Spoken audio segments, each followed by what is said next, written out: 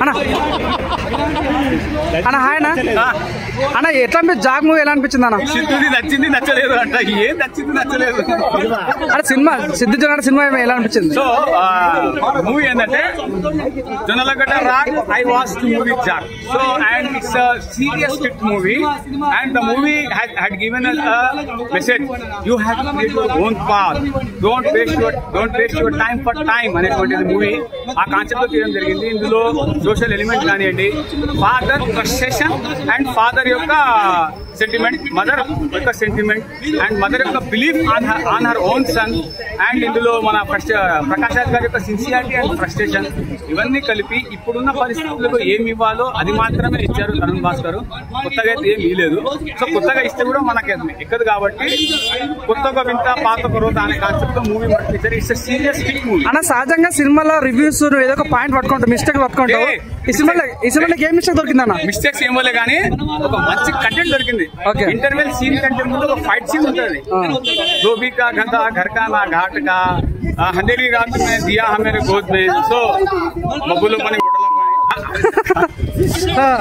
అనమాట మన భాషలో, అది ఉర్దూ భాషలో భూతు భాషలో అర్థమైంది. అండ్ అంధేరీ రాత్ మే దాని తర్వాత వచ్చేసి ఇది ఆ సాంగ్ ఉర్దూ టైటిల్ సాంగ్ ఏదైతే ఉంటుందో అన్న ఫైట్ సీన్ కంటే ముందు ఆ ఉర్దూ పీపుల్ కూడా బాగా నచ్చాయి. బేగం బాగుండలేదు. సో ఓవరాల్ జాగ్ హిట్ పట్ట అంటే ఏమంటావు అన్న?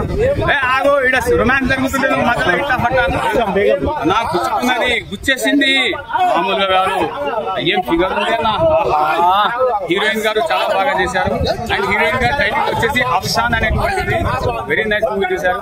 ఒక ఆడపిల్ల ఏమైనా చేయగలదా సమాజంలో అనేటువంటిది ఆ రోల్ ఆమె తీర్చిదిద్దారు. మూవీ హిట్ పట్ట అన్న అర్థమైందా?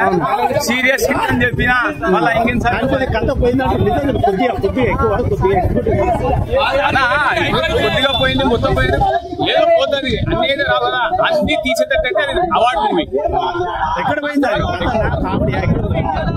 ఒక 10 minutes ట్రిమ్ చేసి అయిపోయింది. క్లైమాక్స్ ఫస్ట్ హాఫ్ లోనే ఒక 10 minutes ట్రిమ్ చేసి అయిపోయింది.